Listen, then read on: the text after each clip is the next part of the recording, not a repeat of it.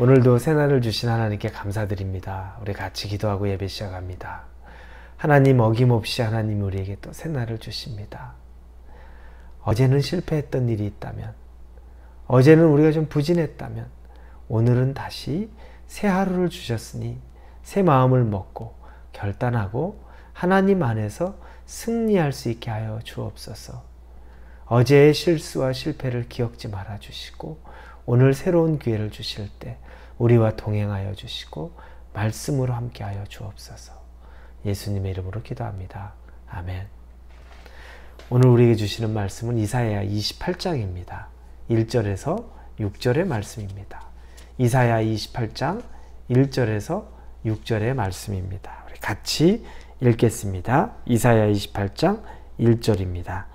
에브라임의 술 취한 자들의 교만한 면류관은 화 있을진저 술에 빠진 자의 성 곧 영화로운 관같이 기름진 골짜기 꼭대기에 세운 성이요 쇠잔에 가는 꽃 같으니 화 있을진저 보라 죽게 있는 강하고 힘 있는 자가 쏟아지는 우박같이 파괴하는 광풍같이 큰 물이 넘침같이 손으로 그 면류관을 땅에 던지리니 에브라임의 술 취한 자들의 교만한 면류관이 발에 밟힐 것이라.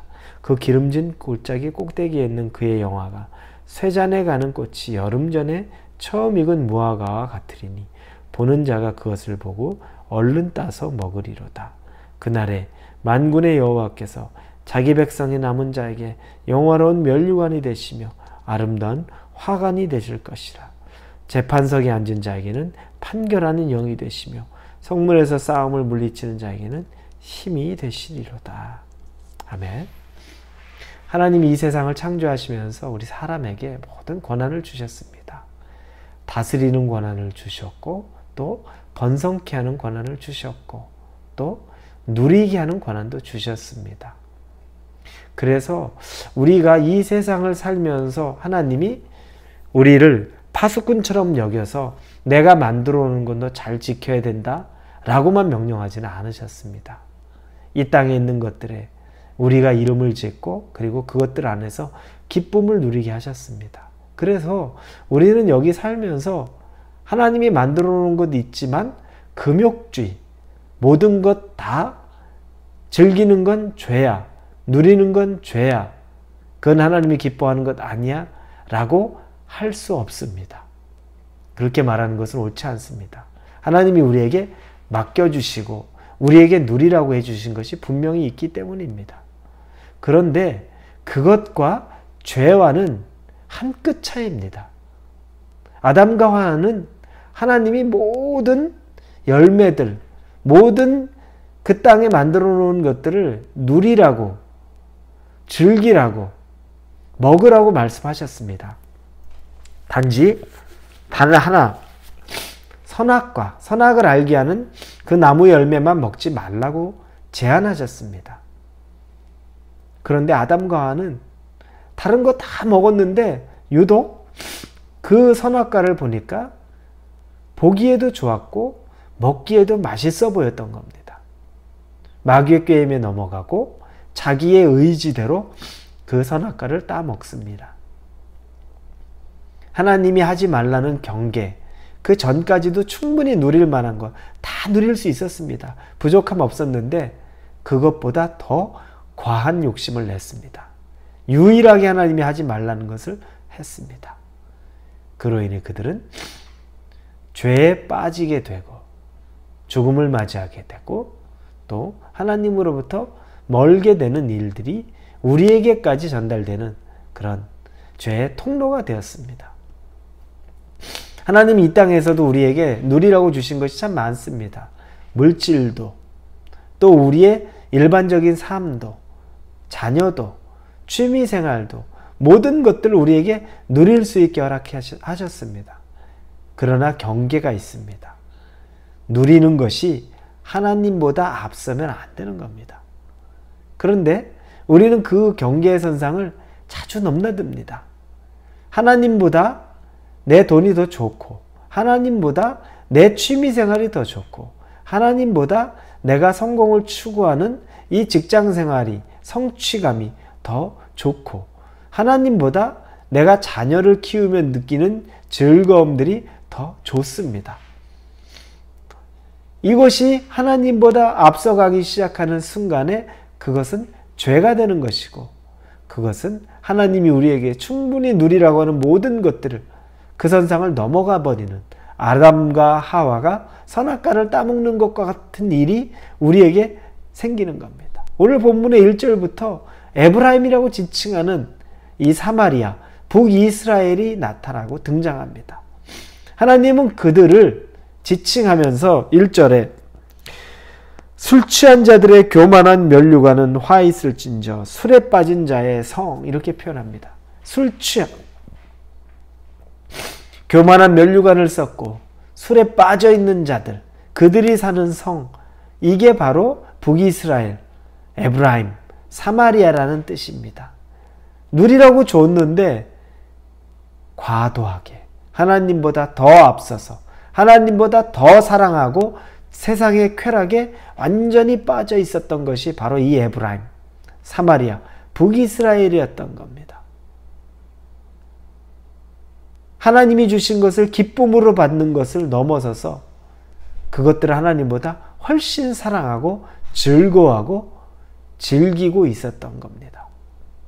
죄가 되는 거죠. 여러분, 이 쾌락은 끝이 있습니다. 이 쾌락은 내가 그 쾌락의 끝을 스스로 잘라낼 수 있으면 감사한 건데, 내가 그걸 자르지 못하면 내가 아니라 다른 것이, 다른 사람이 와서라도 그 끝을 보게 만듭니다. 그런 일들이 우리 종종 많이 있습니다. 하지 말아야 되는데, 더 진전되면 안 되는데, 그런데 내 스스로 그것을 끝을 못 낼 때 억지로 다른 사람들이 와서 그걸 끊어낼 때가 있습니다. 훨씬 아프고 힘이 들죠. 에브라임이 그런 처지에 있습니다. 그 처지에 있을 때 2절에 보니까 보라, 주께 있는 강하고 힘있는 자가 쏟아지는 우박같이라고 얘기합니다. 강하고 힘있는 자, 이건 누구를 상징하냐면 아수르를 상징합니다. 하나님이 아수르를 통해서 이 북이스라엘 에브라임을 치려고 하는 겁니다. 그들의 교만, 그들의 세상의 쾌락을 쫓는 죄악된 것을 그들이 스스로 끊지 못하기 때문에, 하나님은 기회를 줬는데 끊지 않기 때문에 다른 도구 아수르를 통해서 그들을 멸하시려고 하는 겁니다. 그래서 그들은 결국에는 3절부터 4절에 보니까 자신들이, 하나님이 표현할 때 쇠잔에 가는 꽃이라는 표현을 씁니다. 그리고 뒷부분에는 처음 익은 무화과 같은 이, 이렇게 두 가지 표현을 비유로 듭니다. 쇠잔에 가는 꽃. 여러분, 꽃은 처음에 이 송이가 터지지 않을 때도 예뻐요. 그리고 기대감이 있습니다. 저게 활짝 피면 얼마나 아름다울까.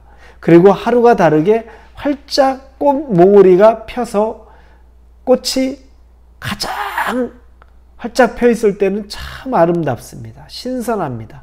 그런데 하루 이틀 지나고 나니까 아침에 나와 꽃을 보니 그 꽃이 시들기 시작합니다.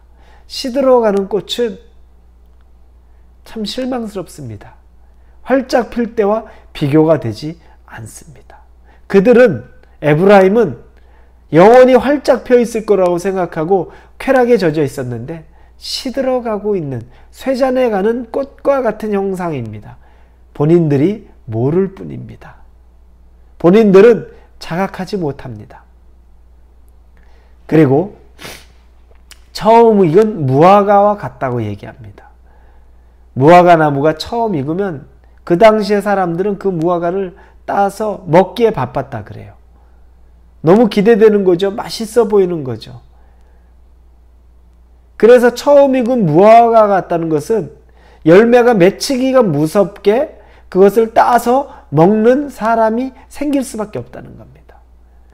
이 에브라임이, 북이스라엘은 아수르 볼 때 처음 익은 무화과 나무 같아서 얼른 침범해서 그들을 다 따내서 먹어버리고 싶은 그런 존재같이 보인다는 겁니다.